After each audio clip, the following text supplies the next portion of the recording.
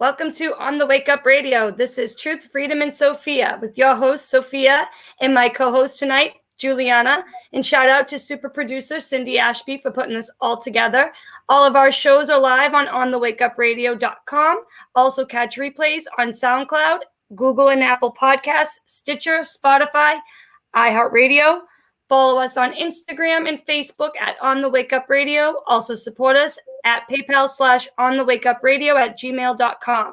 Check out our new streaming site, otwtube.com, where you can upload your own videos, create your own profile, just like the other tube I refuse to name.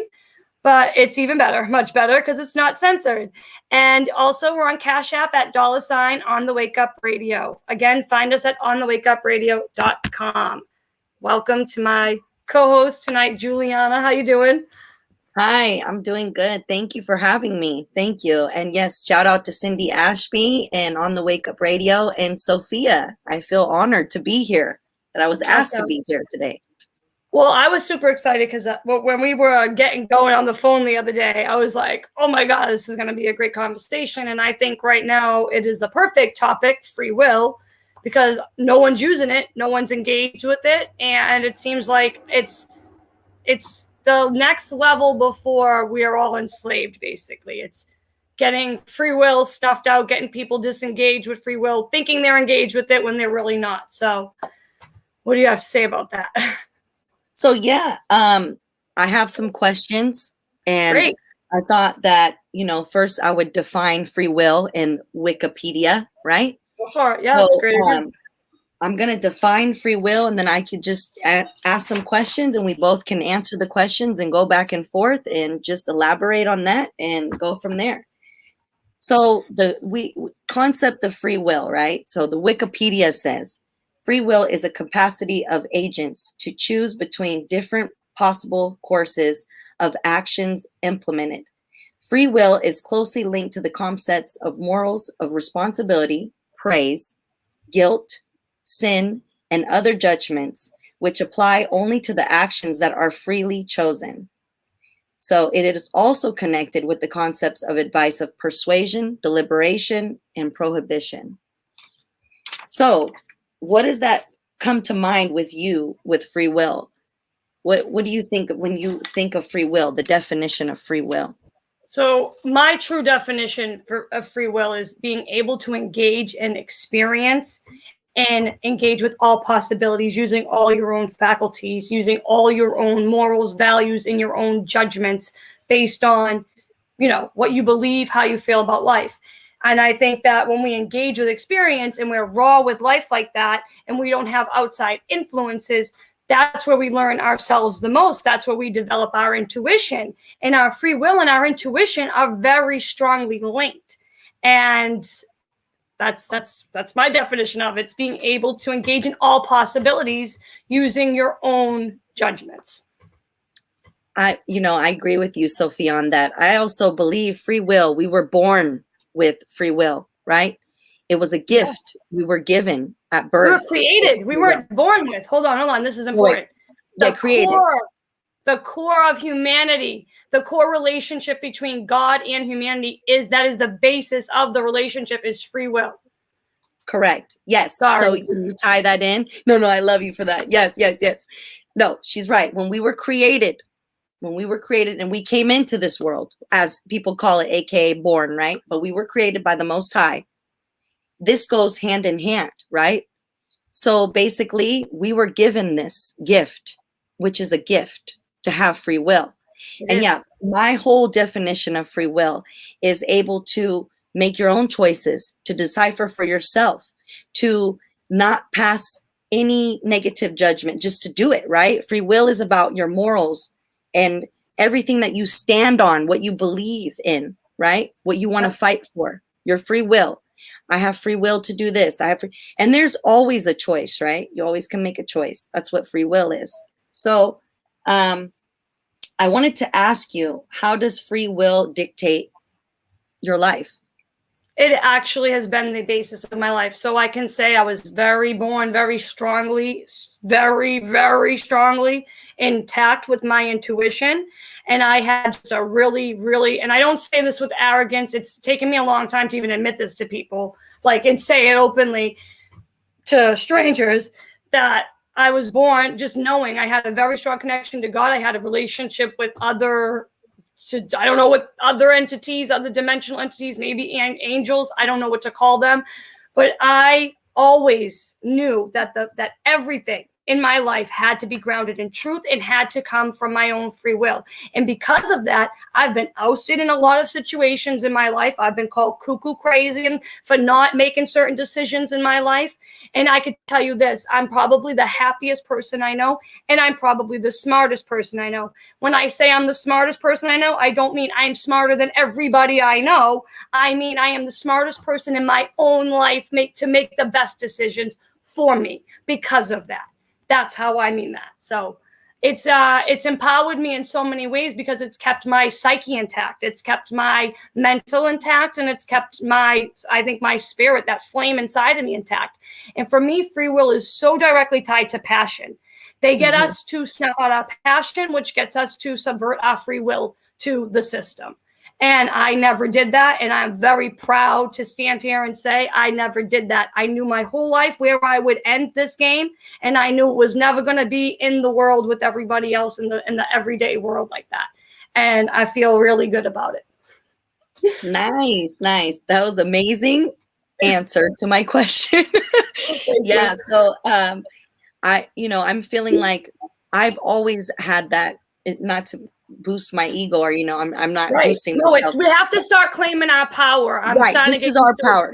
Take it back. We need to take our power back. This is the way to take our power back, is thank you for letting me communicate. This is the way. This platform is the way.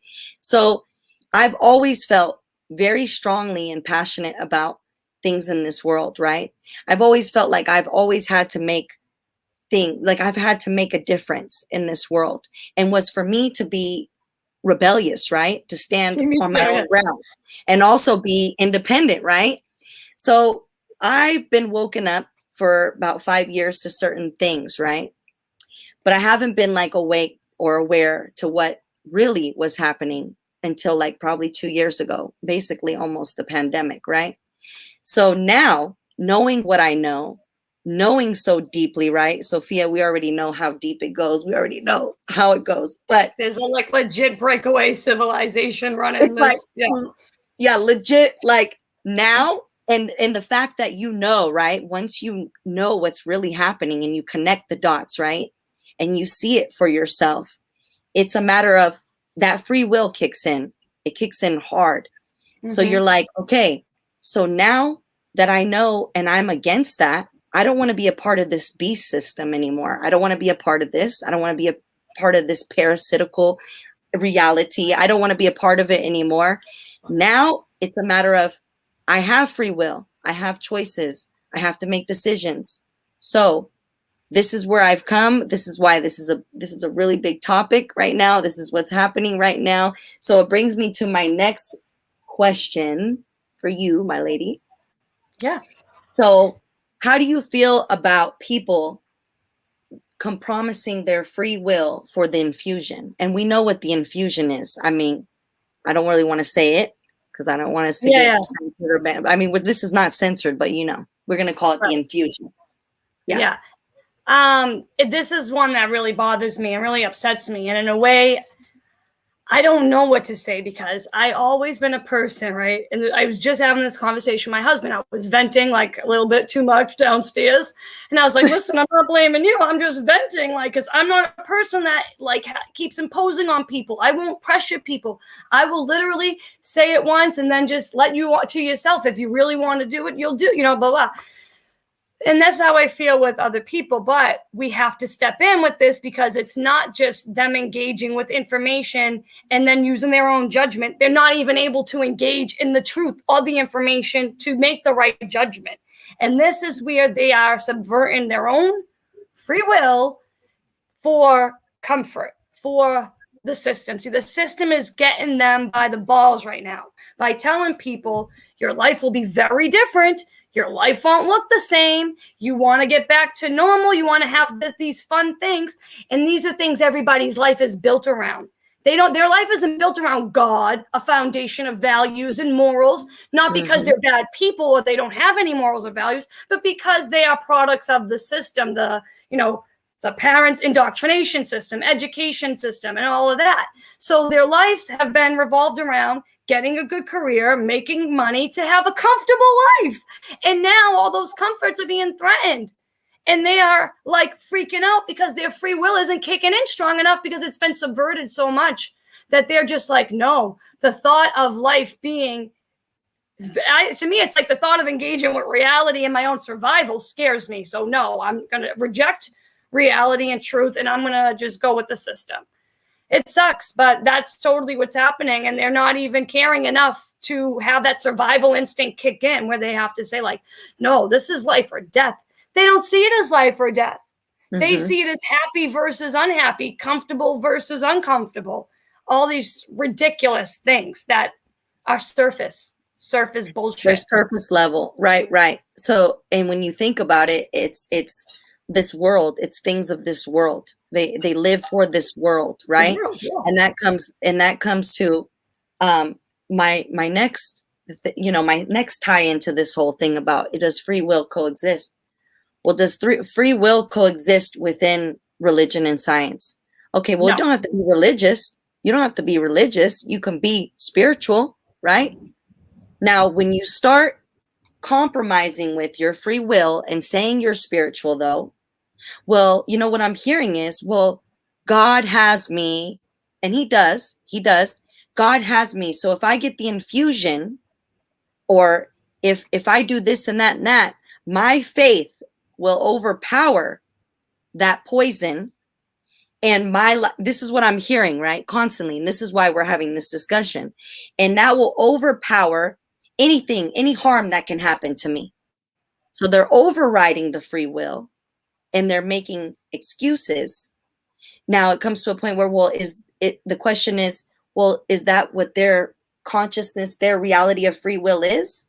And does it make it right? Or is it not really free will at that point? You know what I'm saying? Yeah. I want to hear from you. I don't want to insult. I don't want to insult anyone in saying this, but to me, that sounds like a religious delusion. And why it sounds like a religious delusion is we kind of touched on this. And I said, yeah, if you're a really advanced person spiritually, which most people who are involved in religion are not spiritually evolved. That is a fact because they're very legalistic in their mindset, and you cannot be spiritually free if you're legalistic in your mindset. And if you follow religion, you're being bound by the religion and not bound by your God and your intuition and your morals and your values. You're more being like enticed to be a good person based on this set of systems so you can get a better life in the afterlife. And that to me is not, that is the opposite of what spirituality is. And that's why I don't denounce religion, but I agree. But you know how I feel about God and Jesus and all that. Oh, I do know. When people say that, they're not spiritually advanced enough. And yes, if you are on a highly like you're on monk status, you can claim that. You can claim that you have your body at such a high vibration and your spirituality at such a high vibration that you can literally keep your body shielded and protected. But most people aren't living like that. And that's a delusion when they say that, because their preacher or their priest, who is probably a CIA operative without knowing it, because a lot of these churches are. My own aunt is in our family text every other weekend. Nobody's listening to her saying, God want you to get shot. God would want you to do this. And we'll just like, I said last week, remove her, or I'm removing myself from this family text. Why do we have to engage in that? But that's crazy thinking. I think it's a delusion. It's them getting there again. It's them convincing themselves why they should do something that goes against what they know is right for them. And in their mind, that at the end of the day, God will protect me. But God, again, created us with free will. He didn't create us with free will and say, if you make a bad decision, then I'll protect you. So I got your free will to make all these decisions on your own. But if one's a bad one, I don't think that's going to happen. I'm sorry. I do have a lot of faith. I'm a faithful person. And I believe if they were dragging you by the collar and they jabbed that in you, yeah, God will step in for you. He will. God right. You. But I'm telling you, you step in that hospital on your own and you say, jab me, God is not going to shield you. and he's not going to take the poison out of your body. Just not going to happen. Right. It's like, it's an example, right? Well, I have to kill this person in order to feed my family. No, you don't. No, you don't. That's the same. I mean, it's the same crazy decision making, right? It's the same type of thinking for me. I mean, that's just how I see it. This is what I'm seeing. This is what I'm observing, right? This is the way that they're presenting it. Like, it's okay. Like, it's okay. Like, you know, let me just get rid of that free will. And let me just, I'm not going to have free will. I don't have free will. There's no choice. I have no choices here. No, there's always a choice. This. Can I jump in for 1 second? Because you're making me think of something. You're saying, think of this. If you get that, right, and then your neurological system's shot, how are you going to be able to exert any judgment and ever engage in your own free will when you're reliant on infusions all the time or medications all the time and your brain's half shut down and someone's going to wipe your ass or whatever side effect could come about? You won't be able to use your free will. It's just like, it's not worth it. People really need to realize what they are not just participating in, right? But what they're giving up. They're giving up reality and truth and an opportunity to stand with their fellow man and stand for life. Sorry, I didn't mean to cut you off. No. Hey, listen. This is what it's about, right? If I think of something, I might do the same thing, right? I want you to tell. I want you to do it. Like, I want you to say, "Hey, I got something that," because you know you can lose it instantly. So that brings me to the fact, So I was talking with a couple people. I don't want to say names since we're on the radio, right? But you know, one person's telling me, "Oh, well, you know, I'll be okay because I'm taking this, this, and this to detox it out." I said, "You cannot detox the infusion out. The infusion embeds into all of your body." "Well, you know, I'll be fine." I said, "You're going to be fine when you can't work? I have to pay my bills, my retirement." Well, how are you going to pay your bills or your retirement if you are having adverse side effects or you develop cancer in the next several years? How are you going to do these things if something happens to you, which it will, depending on if you get, you know, the saline or the other, you know, infusion, you know? It's all a matter of when the time happens, you will not be able to do what you have to do or decide or have your free will. You won't be able, you might not even know who God is anymore. Your God or what. Your God will be government. Exactly. That's the plan. Your God will be government. And if it goes according to plan, here's what will happen. We'll have a mass die-off of the most sickly among us who get it. Then in about 5 years, we'll see a lot of people start coming down with all of these autoimmune issues that they never had, but that, you know, we'll say, "Oh, so common, so common." It'll suddenly be the most common disease ever alive. Genetics. Right. And then we'll start seeing people in their 40s and 50s suffering from dementia and all kinds of neurological problems. You watch. That's when we'll see all these side effects. And by then the big pharma will have their briefcase all zipped up full of money. They don't have to pay out nothing, none of these adverse reactions. Mm-hmm. And that's how it always goes. This is a pattern that they follow. The history repeats itself over and over again. I mean, this is just a constant history again and again. It's his story, his story, always. So I was going to ask you, do free will and fate go hand in hand? Ooh, that is a really good question. Can I read something? Because you're asking me this question and I legit was just reading something and it doesn't answer the faith aspect, but I will answer that. It does. I feel like it goes with this question though, for some reason. Okay, perfect. Okay, ready? That quality in an animal which directs its actions and tells it where to go to find food and shelter, we call instinct. It is really omniscience in the animal. The same quality, more highly developed, makes its appearance in man. and is what we call intuition. Intuition is God in man, revealing to him the realities of being. And just as instincts guide the animal, so would intuition, God, guide man, if he would allow it to operate through him. Here again, we must be careful not to mistake a psychic impression for an intuitive one. Psychic impressions seek to control man.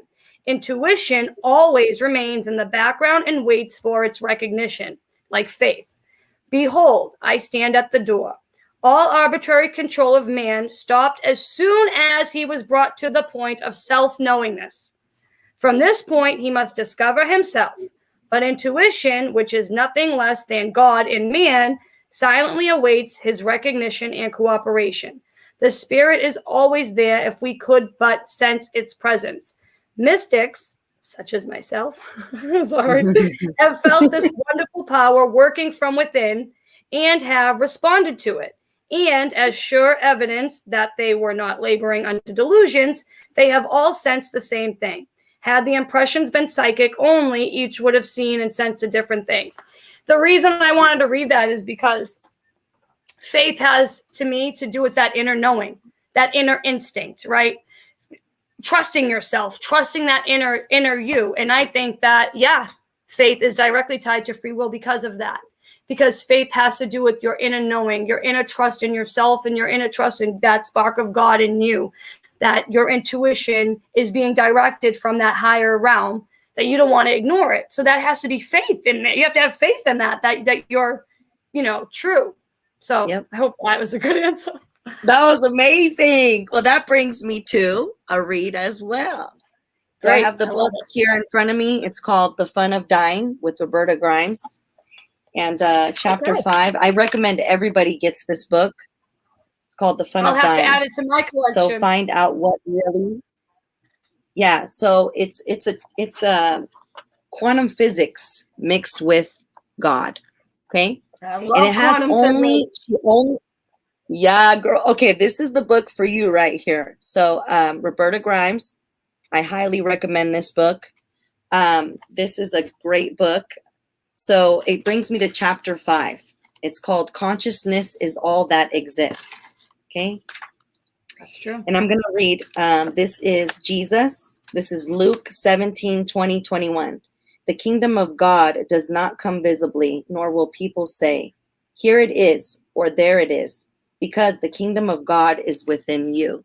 So that's exactly. Do I have chills because I read that verse right before I got on? I'm like literally chilling. No way. I'm not kidding. When you just said Luke 11 thing, I was like, are you kidding me? I just read that verse in here. Look, it's highlighted. You see that? It's highlighted. That's so funny. That's hilarious. I knew it. You and I are connected.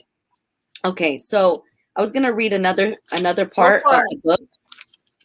So it's chapter 5. It talks about matter and consciousness, basically.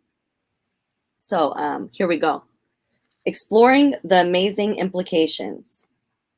Although consciousness seems to be a kind of energy, it is not like a material energy, and it does not obey material laws.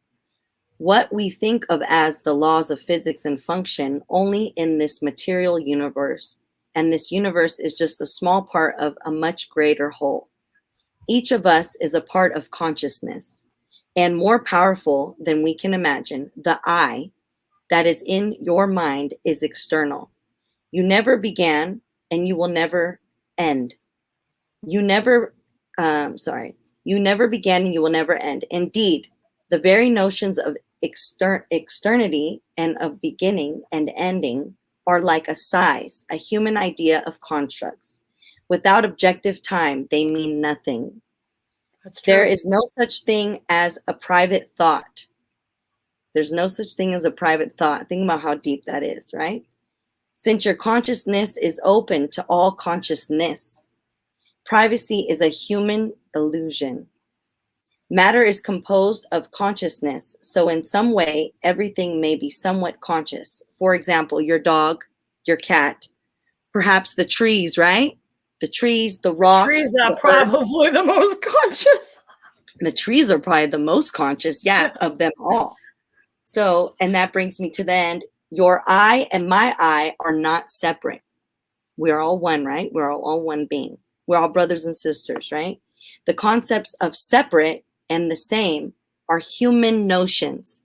This is of this world, right? This human notions.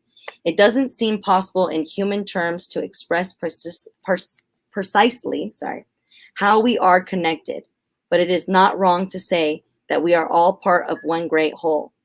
So, for example, when Jesus says, love your neighbor as yourself, we think he must mean love your neighbor as if he were yourself. But Jesus, in fact, may be telling us that you and your neighbor are part of one being. I always said that. That's one of my, I have a t-shirt that literally says that on it because I love that. No way.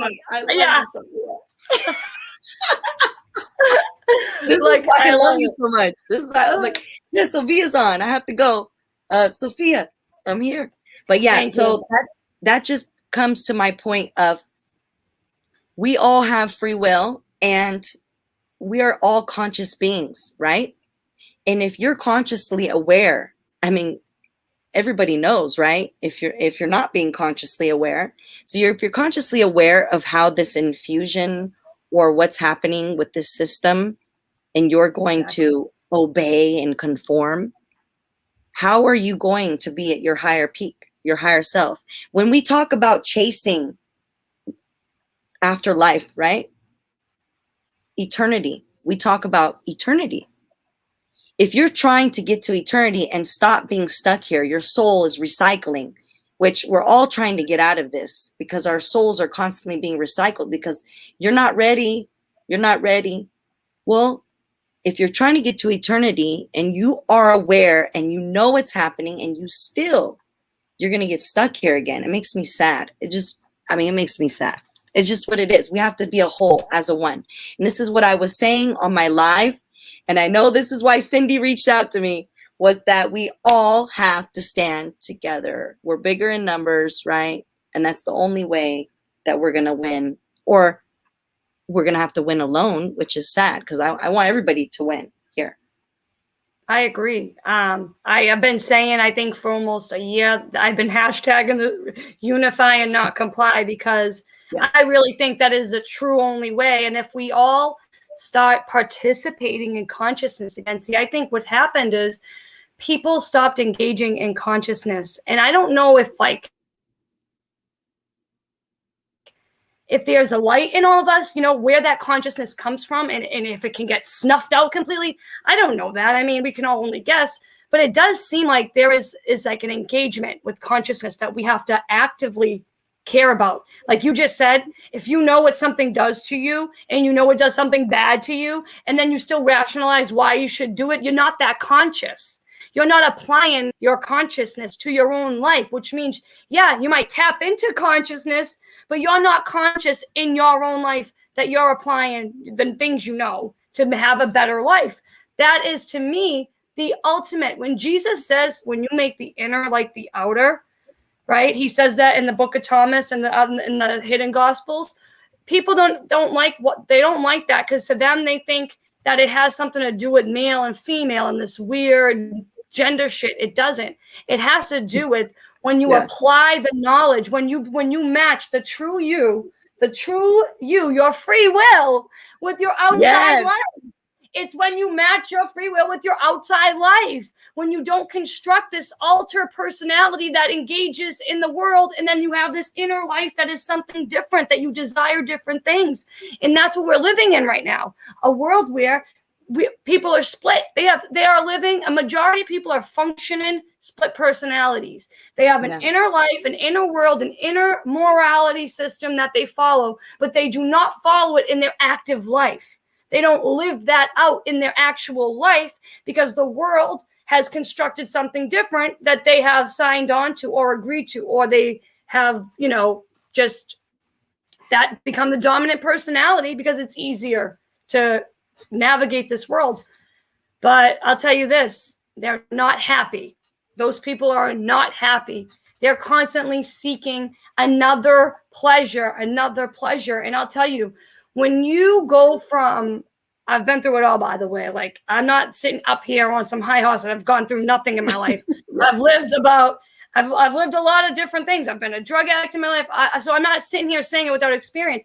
When you've experienced you go from spiritual pleasure as a child, then you go out in the world and you become a wild maniac because you're just doing whatever you want. You know, you're loving life. I was amped up on life, but then you fall into bad things, and then you realize those physical pleasures suck and they mean nothing, and they actually don't add up to anything in your life. They add no goodness to your life except for that in the moment instant gratification. That instant gratification usually doesn't have spiritual worth or value. So then you go back to that inner self, right? Connecting again with that inner self, developing that light, activating that light again. And then you just are oscillating, always feeling that pleasure, that connection. And it's incomparable. Why do you want to go back to a life where you're like a schizophrenic? To me, when I think of myself in those phases, I feel like I was a schizophrenic, meaning I was following voices that had nothing to do with the inside me. I was following outside voices. I was following outside things, and I was ignoring the inner me, and I felt like crap every single day. And I wasn't even as bad as in my mind as I think I was. You know what I mean? Right. Like, people say, "Oh, you weren't even, you weren't that bad." And I'm like, in my head, though, to myself, I was. And that's because I was living like a crazy person outside this, being influenced by everything around me, nothing inside of me. And that's the wrong world. You don't want to be in that world. You want to be able to be in the world, but not of it, not a product of it. Yes. I agree with you.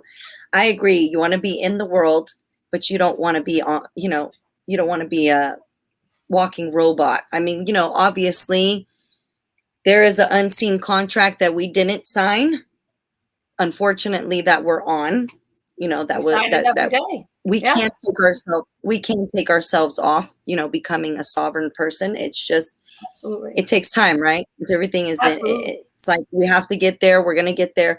But we also know, being aware, like we were talking about, Sophia, the other day, being aware and obviously applying it. Like you said, it's applied. We have to apply it. We have to try every day. It takes shadow work. Every day it takes hard work and perseverance, right?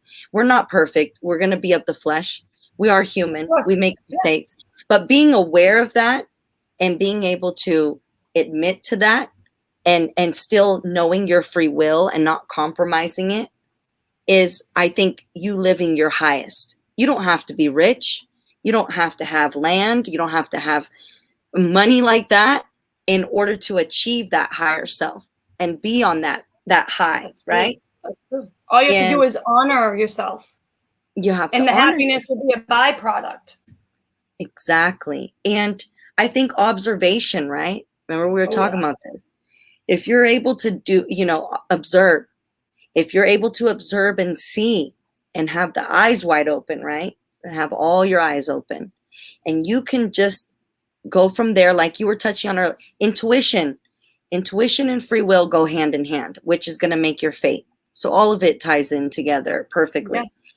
And if you're able to use those tools, which they're tools that, our higher being, God, source, whatever title anybody wants to put on it, because everybody has to put a title on things nowadays, which I can't stand that. I can't stand this, Sophia.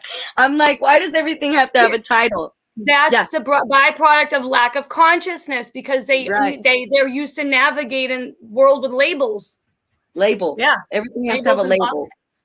Red and blue. You know what I mean? Liberals and Democrats. I mean, liberals and Republicans. And blah, blah, blah. And Democrats. And right and wrong. We got to touch on right and wrong.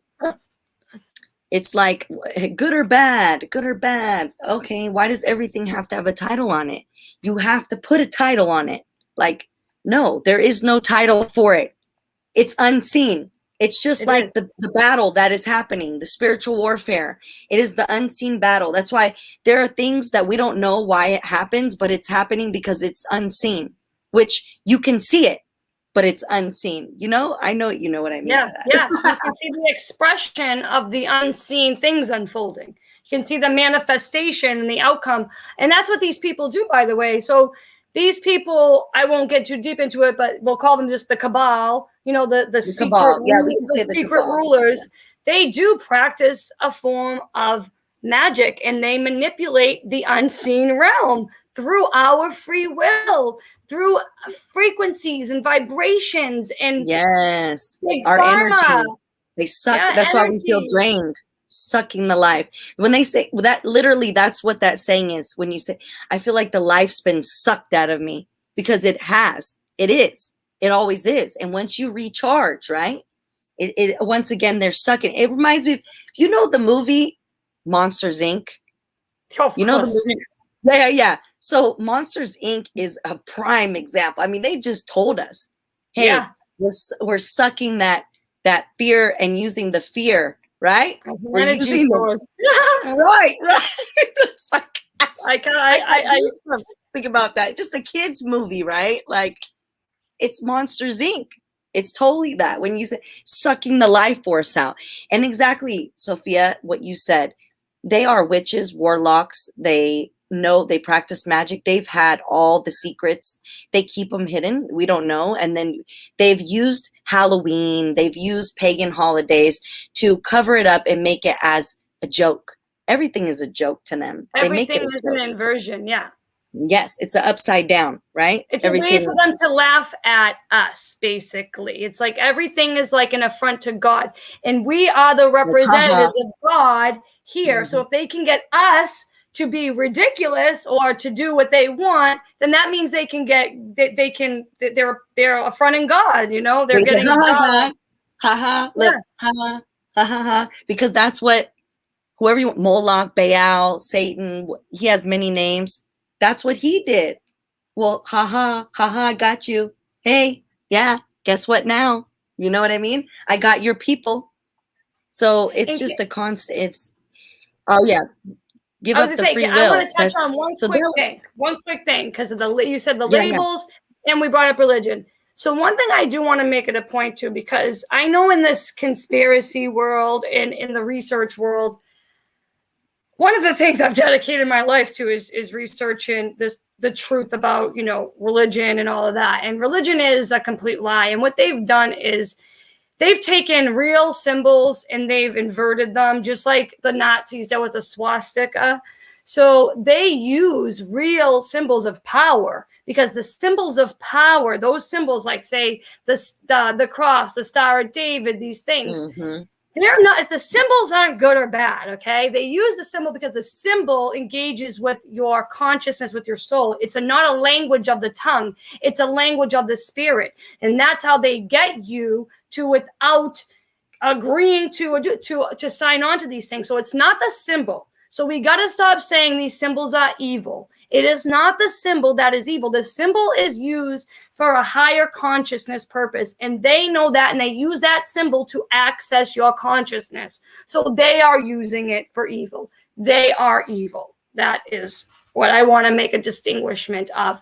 Because it does bother me. I see a lot of ignorance in our community of people. They read something, they see it, and then they see it everywhere, and they don't understand it. So I get the conclusions you come to, but we don't want to be so quick to throw evil on everything, because that's what evil wants you to do. Evil wants you to see everything as evil, so that you think evil is everywhere in everyone, and you think evil is bigger and badder than it actually is. People are more good than they are bad. At the end of the day, I guarantee you, without all of this witchcraft and these things influencing people, at the end of the day, people usually do want to make the right decision for everybody. But because of the culture we live in, the disgusting culture we live in, the society we live in, it is raising people to be narcissistic in their mindset, which means number one, and only number one. I don't care who I hurt, who I manipulate, who I'm friends with one day and not the next. That's what the society is doing to people. It's creating psychopaths. I don't know how they figured out the formula. They figured out the formula of how to create psychopaths in society, how to use trauma in the previous generation to sear it into the genetics. Then when the next generation is born, put it in the education system, put the right triggers into the psyche, I can go on. It's a formula, and they figured it out. And they are literally cookie cutter printed narcissist sociopaths.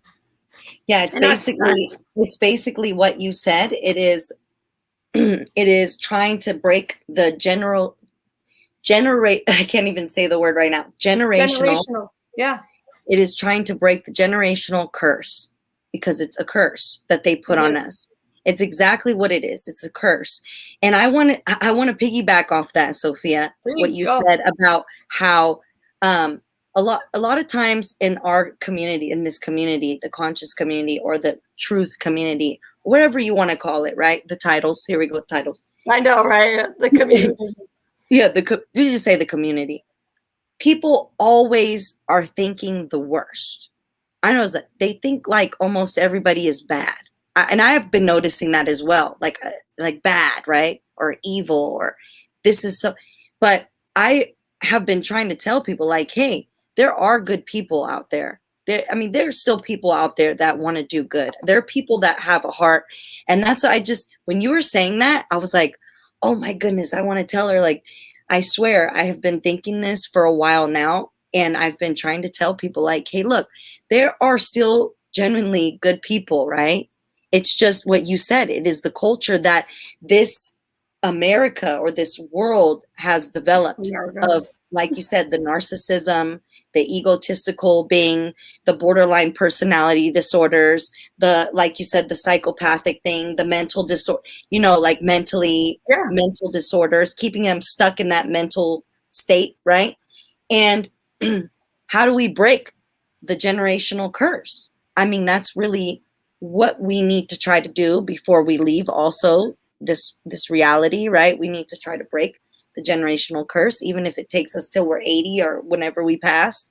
At least we're trying to break it and get out of that system. But that's where that free will kicks in, right? Here we go again. Free will. You have free will to break the generational curse that they bestowed upon us. That's true. And that just brings me to one of my last questions. So some people, they argue that free will ends at death. Do you believe this is the circumstance? I just almost fell off my chair. I know that's a deep question, girl. No, free will doesn't end at death, because I think free will is completely and 100% attached to your spirit being, who you are at the core of your being. See, we're not physical beings. We are spirit beings that come into this physical reality and this physical experience, but we don't end at death. And if we don't end at death, our free will cannot end at death. And I don't like to really compare life like a video game, but to simplify it for people, you have to think of yourself. Say you're up in the pleroma, you're in your higher realm, and it's time. See the cycle of karma. Can I just interject 1 second? The cycle of karma, I want to say, this is my own thing. I've never heard this from anyone else, but for me, I feel like this. Karma has nothing to do with other people. Karma has to do with how much you've subverted your own free will in your life, I believe. Karma does not have to do with how you treat others and what you do it has to do with how you've been treating yourself and how much you've manipulated yourself and others, how much you've ignored your free will. That's the karmic cycle. That's the generational curse, because our grandparents or great grandparents, say my grandparents, they came over. They didn't have free will. They were only cared about one thing: making a life for themselves, working, putting their head down. Anything they desired, any passions they had to go on the back burner because of survival, which is a pressure put on by the system. So they didn't have that luxury. We do, and we can choose to break that curse. So I just want to reinforce what you said, because it's important. But we don't end after death. And I think it's really important to look at ourselves like that. Look at ourselves as, it would give you a better relationship with yourself to know that this body is being empowered by a true version of you. Wouldn't you want to honor your body, make it have the best experience in this life it can possibly have? Yes. See, this is how they don't want us thinking. And I think this is why this time is happening, because people like us are here, people like me, you like Cindy, like Zess, who are, maybe we're not in the karmic cycle anymore, right?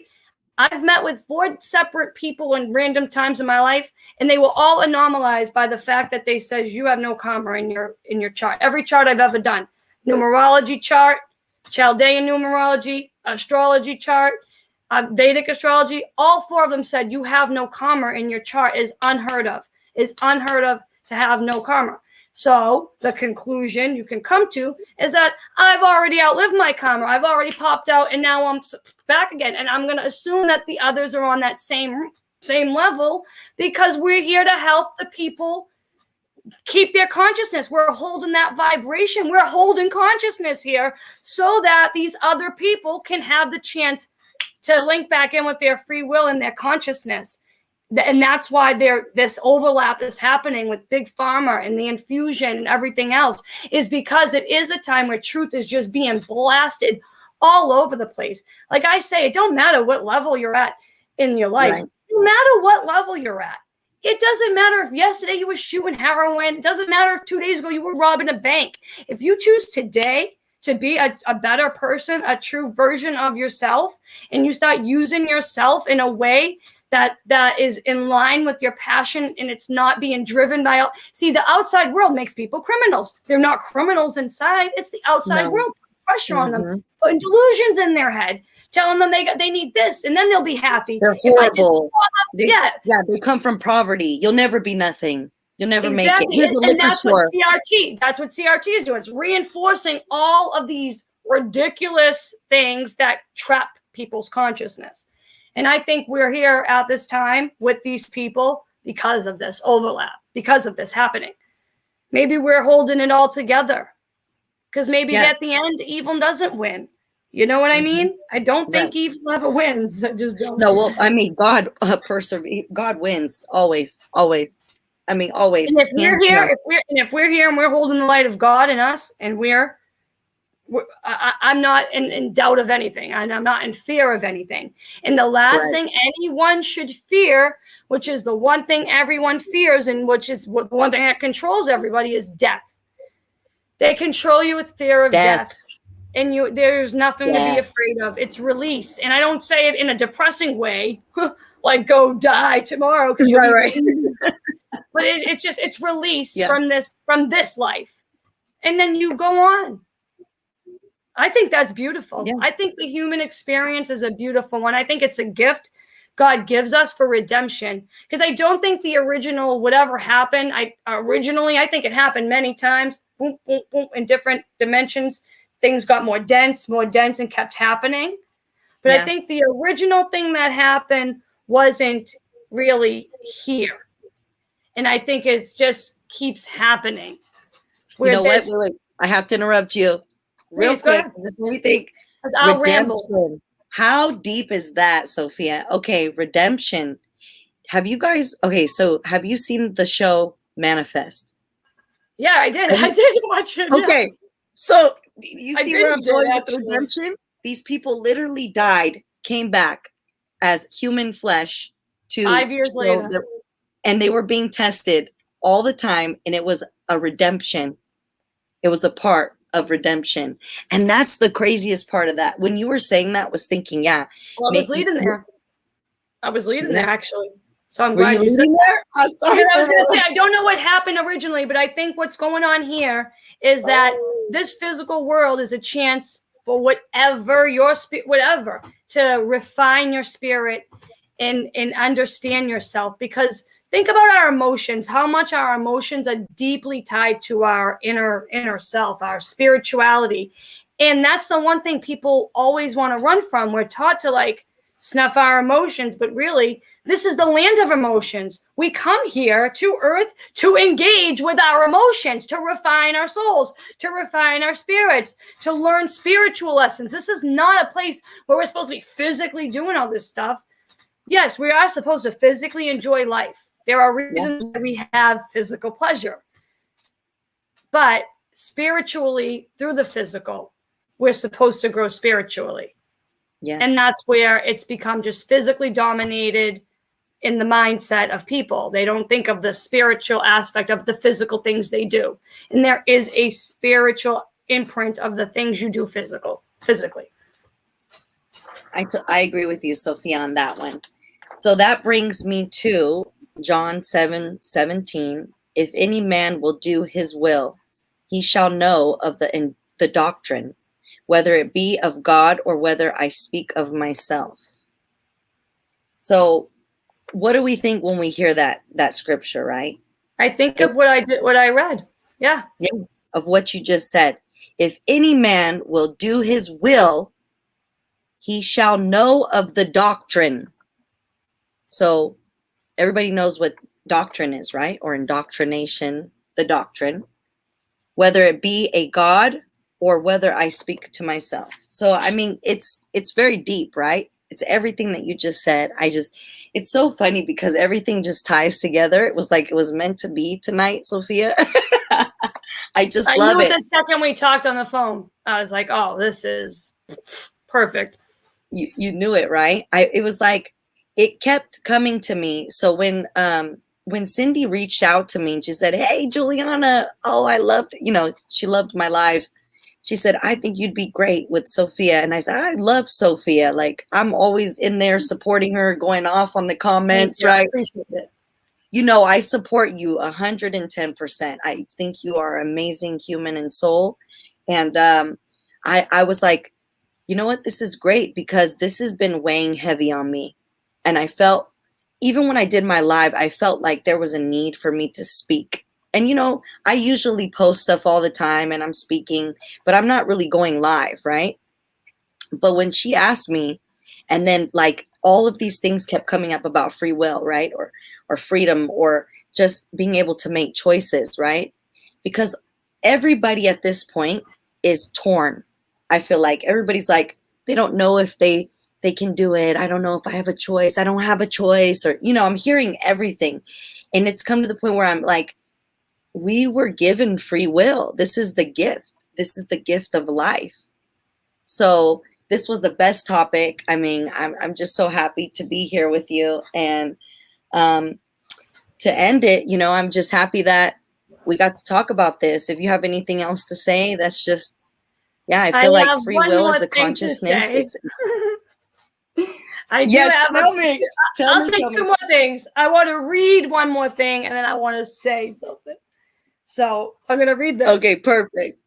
The highest mental practice is to listen to this inner voice and to declare for its presence.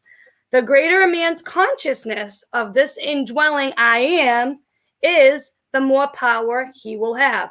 This will never lead to illusion, but will always lead to reality. All great souls have known this and have constantly striven to let mind of God come out through their mentalities. The Father that dwelleth in me, he doeth the works. This was the declaration of the great master, and it should be ours also. Not a limited sense of life, but a limitless one. And I truly believe that because Jesus looked at his disciples and he said, and I'm paraphrasing, these works you too can do, which means we have the power to do what Jesus did. And Jesus, let me bring up suffering because this is the last thing I want to say. The reason people are right now, the choice they're having is between their free will and suffering, right? To them, their free will is going to mean suffering. Going with their free will is going to mean suffering. Going with the system is going to mean no suffering.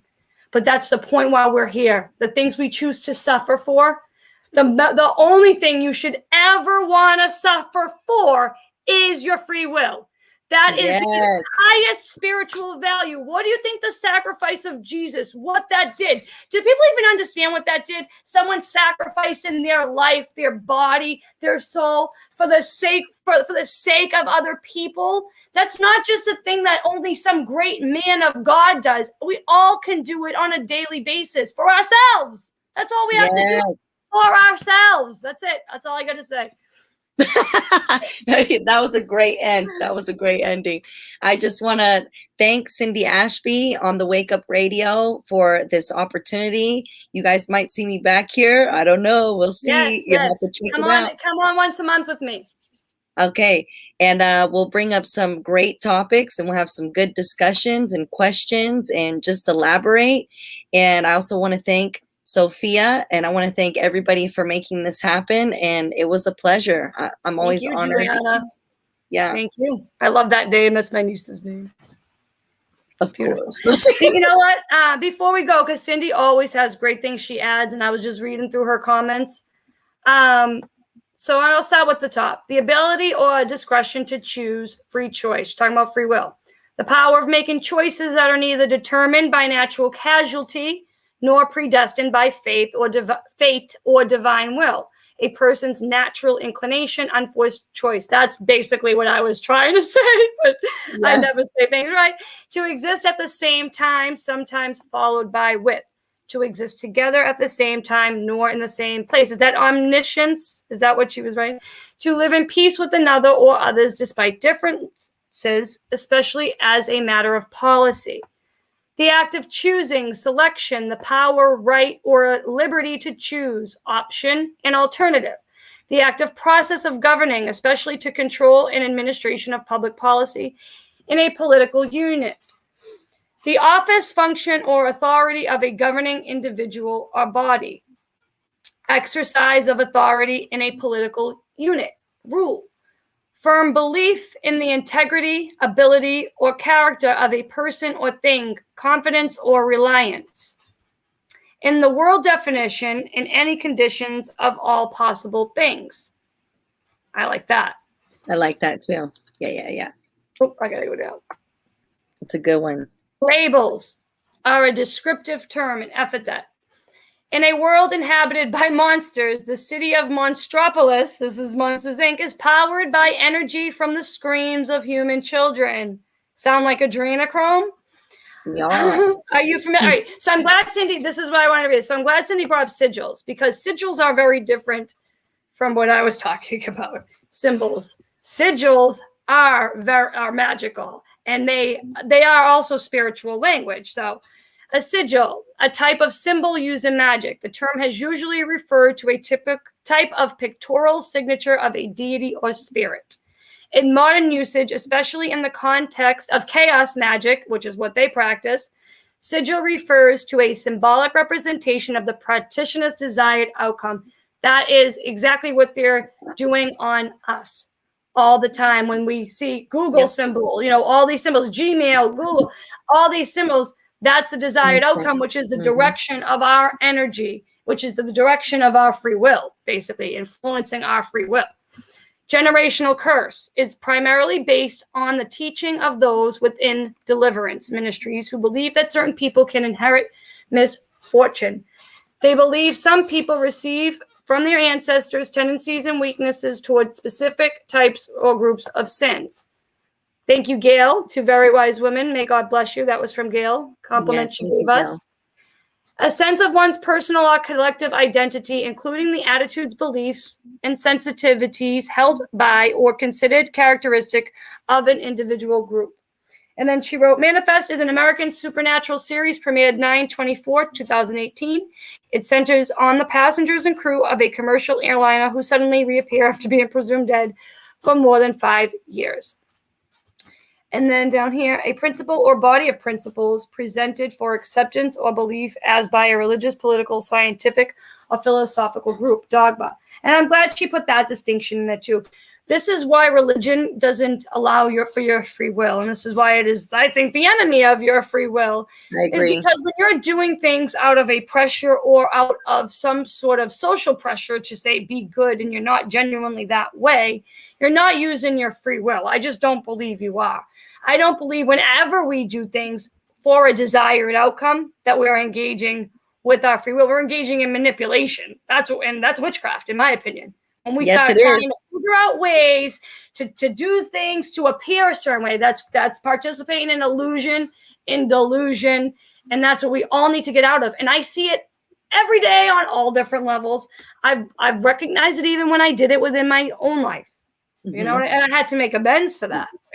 When I was a drug addict, oh my God, you were always wrong, and I was always going to be right. And because I'm a good arguer, that's just how it ended up. Can I throw something in there? Yes. I also want to say that religions are like cults. Okay. Yes. They want to say that we're a cult for being conscious, or that we're conspiracy theorists. Cult of No, truth, I'll take it. religions are cults. They are. In my And we will end at that, because you know what? If you're in search for the truth, you cannot be bound to a label. You cannot be bound to a religion. And if you value truth, stop breaking down those religions and legalistic mindsets that some people hold on to. All That's right. it. So, okay, thank you so much, Juliana. You've been listening to Truth, Freedom, and Sophia tonight with co-host Juliana and super producer Cindy Ashby. You can catch all of our replays on SoundCloud, Google, Apple Podcasts, Stitcher, iHeartRadio. Check out OTW Tube, where you can watch all of our replays. We upload all of our videos there. Share from OTW Tube. Create your own profile. Upload videos you like. You don't have to be a live content producer to share videos. And we'll see you next week. Thanks for watching, listening. Thank you.